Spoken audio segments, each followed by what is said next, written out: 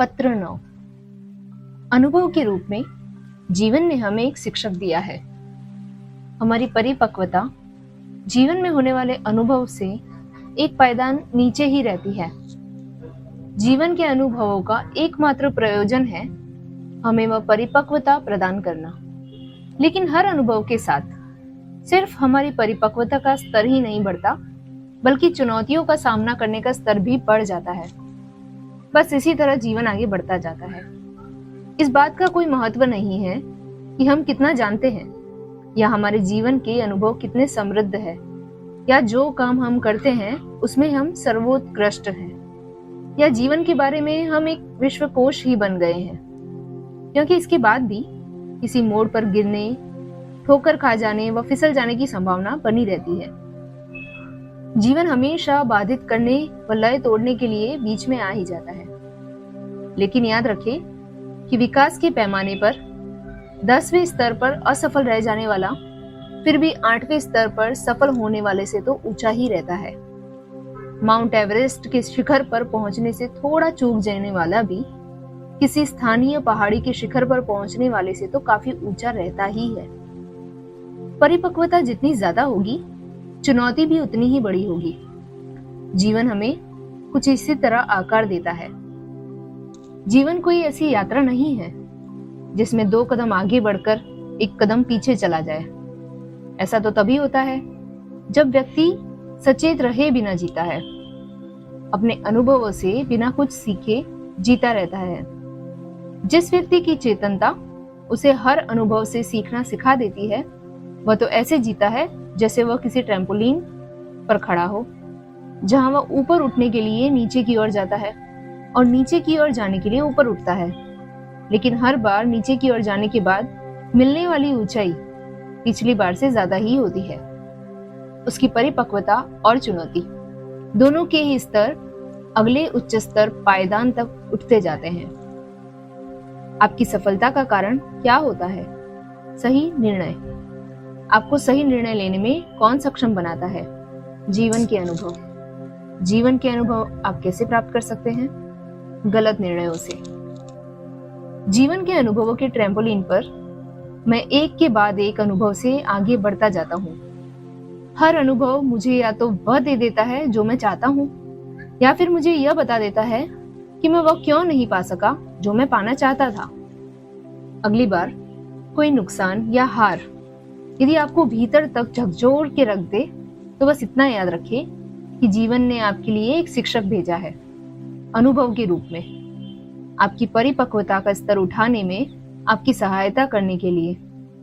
अपनी चेतनता को उस अनुभव से न केवल परिपक्व होने दे, बल्कि खुद को भी स्थिर व शांत होने दे। एक ज्यादा बड़ी चुनौती के लिए तैयार रहे।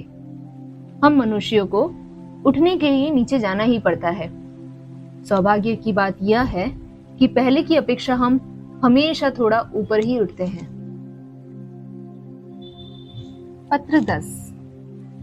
तुम्हारे और मेरे जीवन के हमारा जीवन बनने के बाद ऊपर वाले ने नर व नारी को इस उद्देश्य के चलते थोड़ा थोड़ा अधूरा बनाया है, ताकि वे आलिंगन करें और इस अपूर्णता को संपूर्णता प्रदान करें।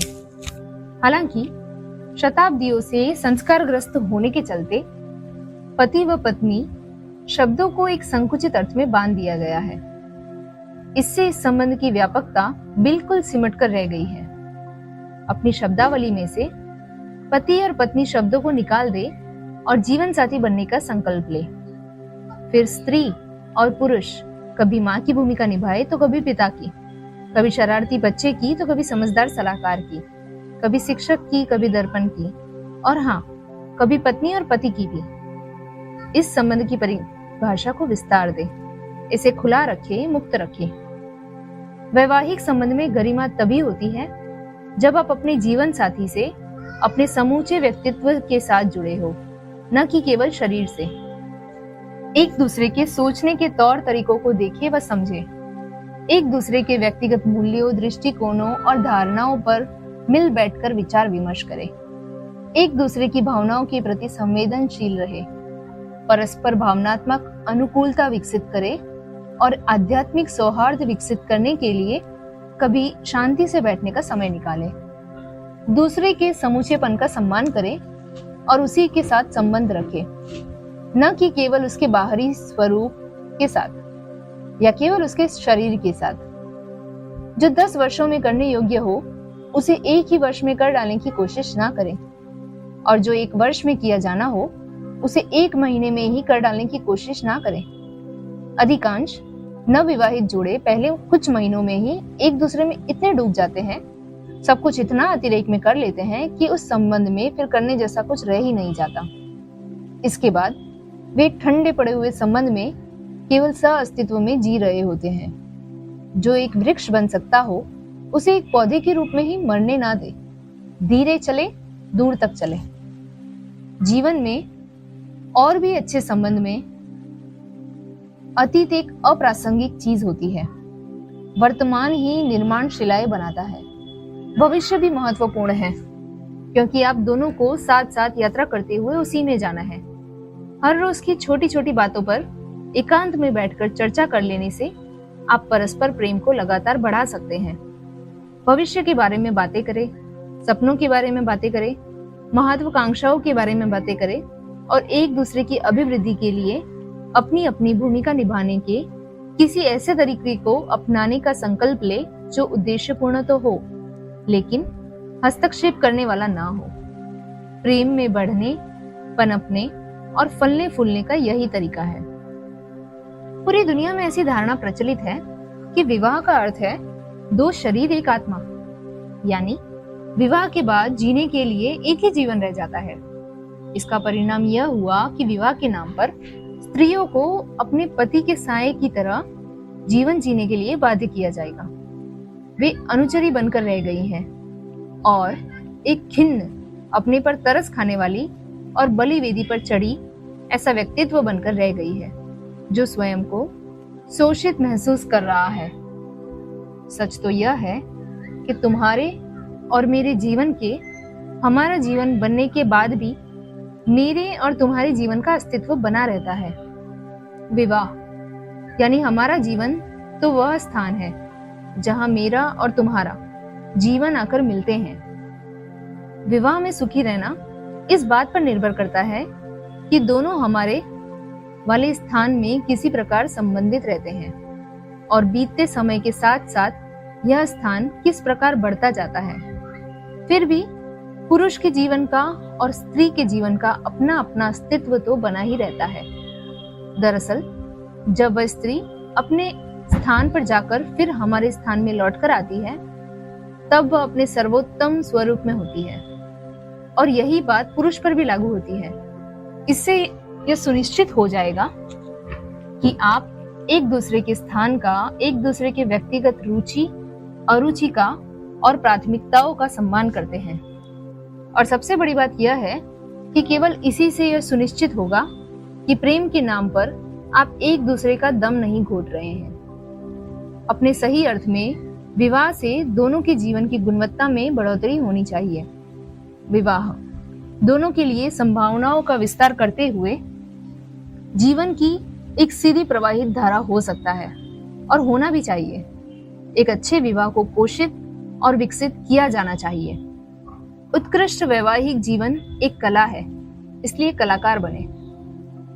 प्रश्न यह नहीं कि किसी मामले में दोष किसका है, बल्कि यह है कि प्रश्न किसके जीवन का है। बजाय इसके कि आप खुद को वैसा ही स्वीकार कर ले जैसे आप हैं और संसार को बदलने की कोशिश करें, बेहतर यह होगा कि आप संसार को वैसा ही स्वीकार कर ले जैसा वह है और उसे देखने का अपना दृष्टिकोण बदले। जीवन को इस संसार की वजह से खूबसूरत होने दे। जीवन को इस संसार के बावजूद खूबसूरत होने दे। पत्र 11। आप अपने कौन कौन से ग्राहकों से छुटकारा पाने की योजना बना रहे हैं? कोई संस्थान भले ही असाधारण रूप से प्रगति कर रहा हो, उसके सारे कर्मचारी सक्षम व समर्पित नहीं होते। उनमें से कुछ औसत दर्जे के भी होते हैं और कुछ अडंगा लगाने वाले भी। वे सभी उस एक ही जगह पर इकट्ठे रहते हैं। विडंबना यह है कि प्रबंधन की जितनी ऊर्जा, समय और मेहनत इन चंद अडंगा लगाने वालों को संभालने में व्यर्थ चली जाती है, उतनी तो बड़ी संख्या वाले सक्षम और समर्पित लोगों के मार्गदर्शन में भी नहीं लगती। इन चंद लोगों पर इतना ज्यादा खर्च क्यों किया जाए?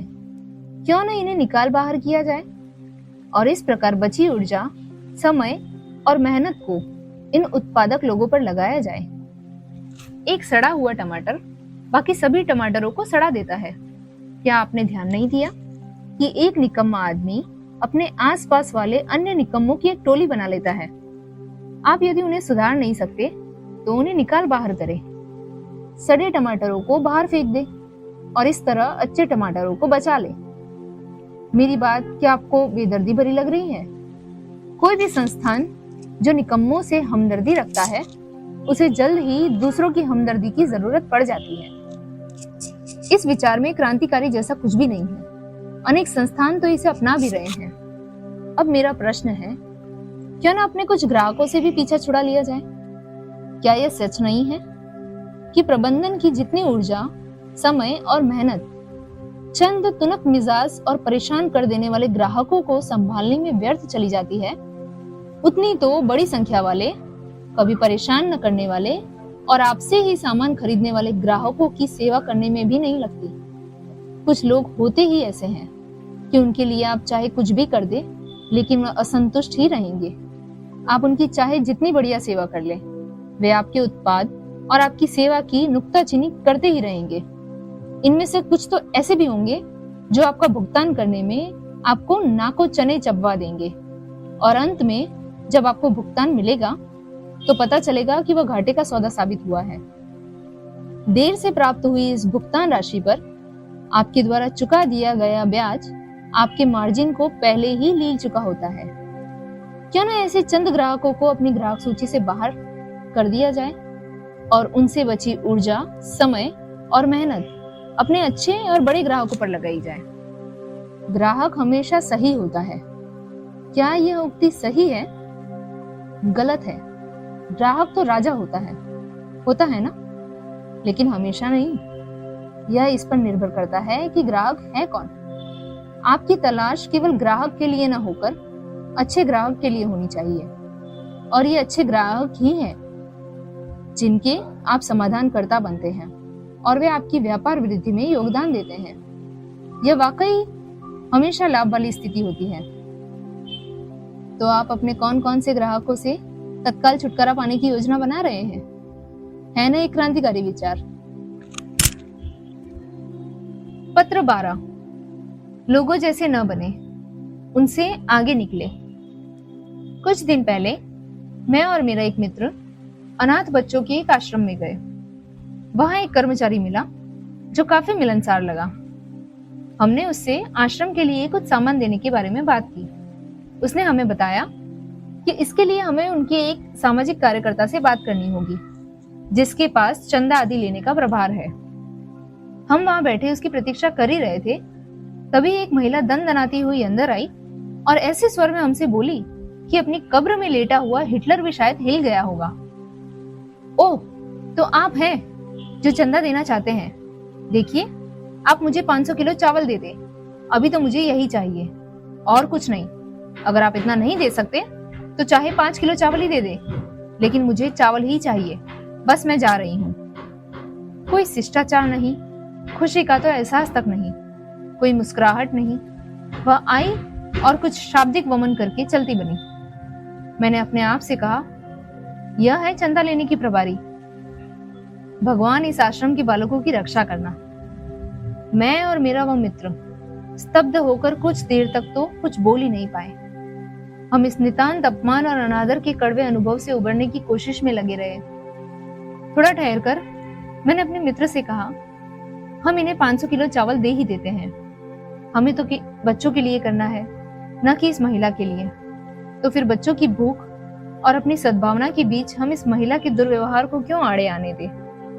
जब आपका कोई रोग ठीक होने लगता है तो डॉक्टर कहता है दवा आप पर सही रिस्पॉन्ड कर रही है, लेकिन यदि आपकी तबीयत बिगड़ने लगती है तो डॉक्टर कहता है आपके ऊपर दवा का रिएक्शन अर्थात प्रतिक्रिया हो रही है।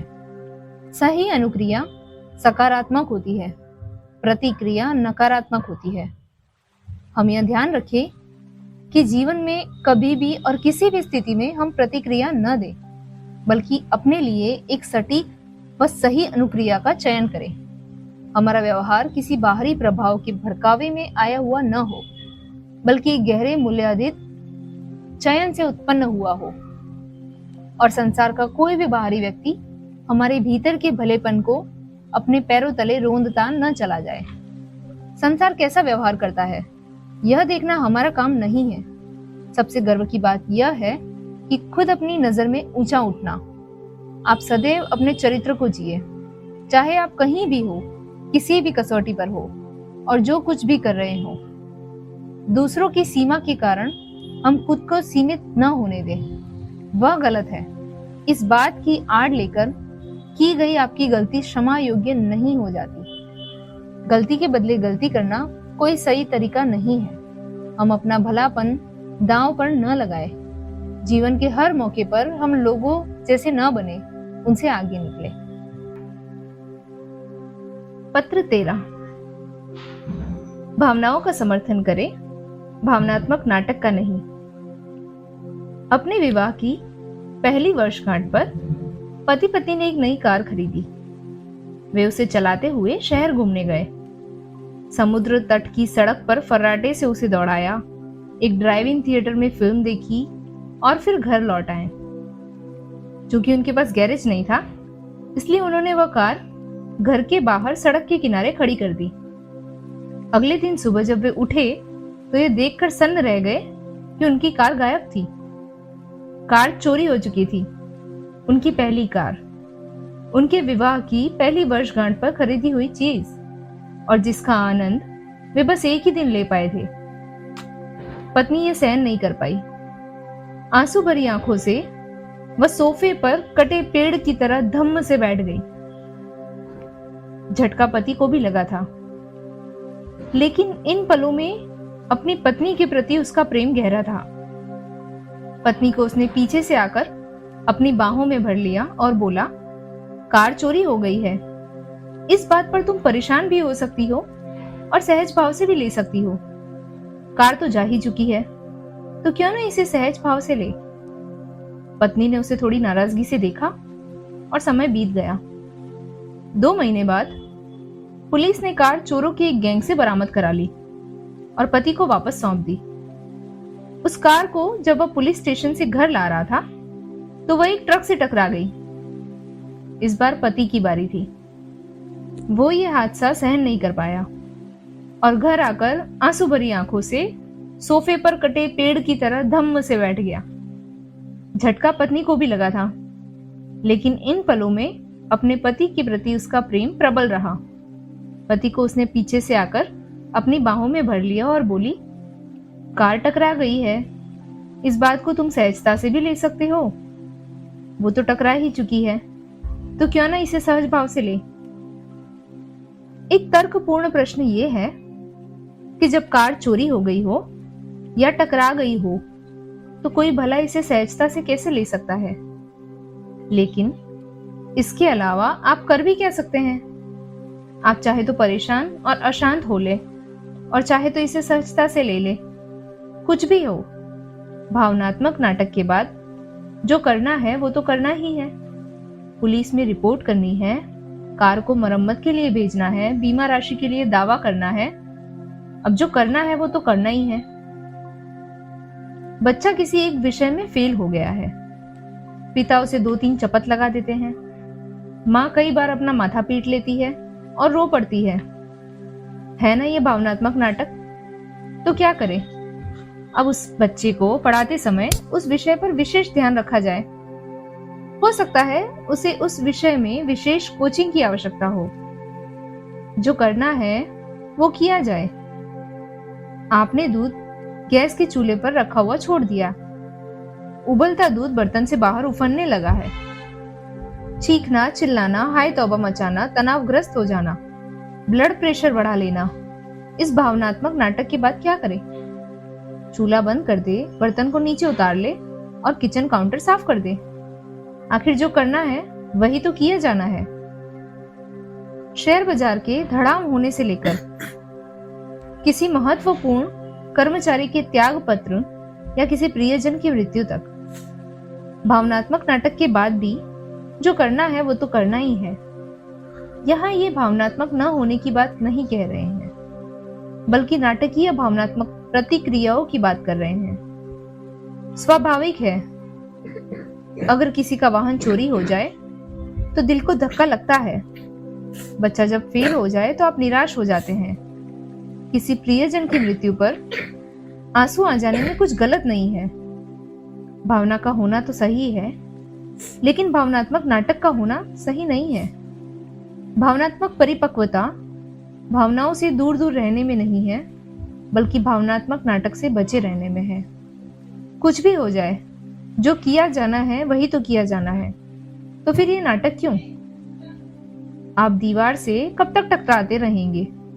आप खून से लथपथ भी हो जाएंगे, लेकिन दीवार आपके लिए रास्ता नहीं छोड़ेगी।